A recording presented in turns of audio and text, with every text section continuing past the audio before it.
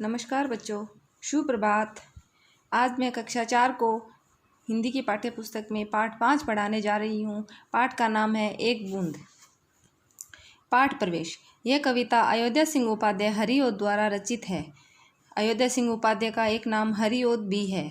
अयोध्या सिंह उपाध्याय जो बड़ा लग रहा है, उसका छोटे रूप में ये नाम है हरिओद। यह कविता बूंद के माध्यम से हमें शिक्षा देती है कि हमारे जीवन में जो भी उतार चढ़ाव आए, हमें उसकी परवाह न करते हुए अपने लक्ष्य पर नज़र रखनी चाहिए।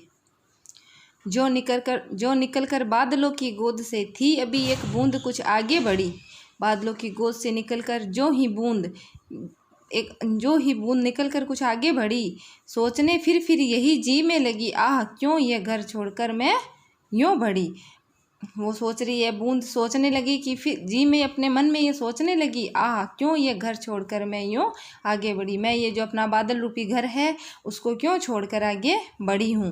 देव मेरे भाग्य में है क्या बदा, मैं बचूंगी या मिलूंगी धूल में। वो भगवान से पूछना चाह रही है, देव मेरे भाग्य में क्या लिखा है, मैं बच जाऊंगी या मिट्टी में मिल जाऊंगी। धूल मतलब मिट्टी। मैं बचूंगी या मिलूंगी धूल में, मैं बचूंगी या कहीं मिट्टी में मिल जाऊंगी, या जलूंगी गिर अंगारे पर किसी, चूं पड़ूंगी या कमल के फूल में। या मैं किसी अंगारे पर गिरकर जल जाऊंगी या फिर किसी कमल के फूल पर गिरकर खिल जाऊंगी।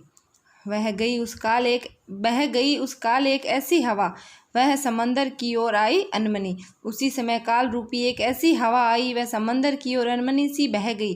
वह हवा बूंद को उसी समुद्र की ओर बहाकर ले गई। एक सुंदर सीप का मुंह था खुला, उस समुद्र में एक सुंदर सीप का मुंह खुला हुआ था। वह उसी में जा पड़ी मोती बनी। वह उसमें जाकर उस बूंद उस सुंदर सीप में जाकर गिर गई और मोती बन गई। लोग यूं ही झिझकते सोचते, जबकि उनको छोड़ना पड़ता है घर।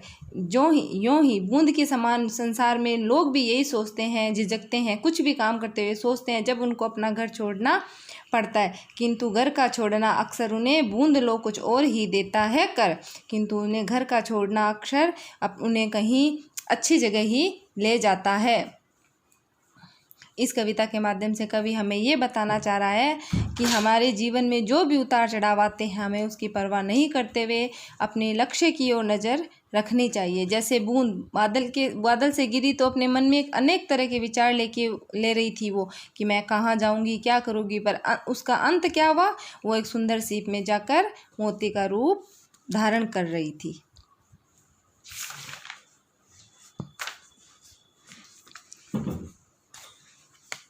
अब इसका अभ्यास कार्य, सही उत्तर के सामने राइट लगाइए।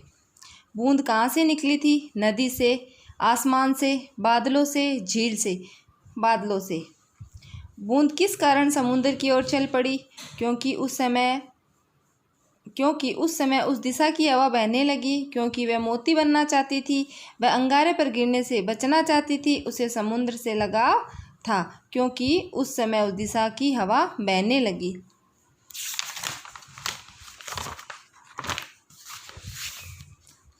बूंद कहाँ जाकर गिरी? धूल में, अंगारे पर, सीप में, कमल पर। बूंद कहाँ जाकर गिरी थी? सीप में। बूंद अंत में क्या बन गई? अंगारा, सीप, मोती, भाप। क्या बन गई अंत में? मोती। भाषा ज्ञान।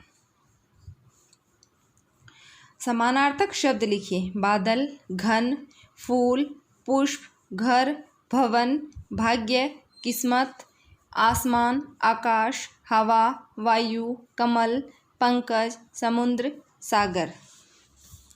प्रश्न नंबर 2। जो शब्द संज्ञा व सर्वनाम की विशेषता प्रकट करते हैं उन्हें विशेषण कहते हैं। जिस शब्द की विशेषता बताई जाए उसे विशेष्य कहते हैं।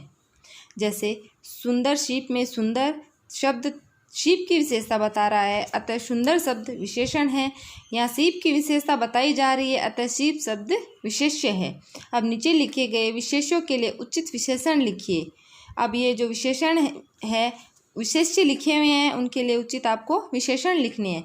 गाय सफ़ेद, आसमान नीला, देन प्राकृतिक, चेहरा सुंदर, हवा ठंडी, मोती चमकता।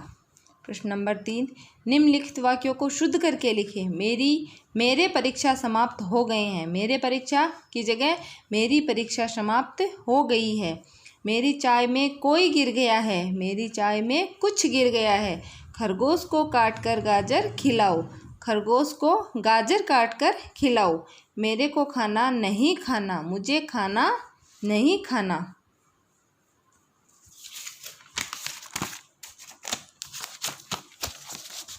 अब आपको ये वर्क है,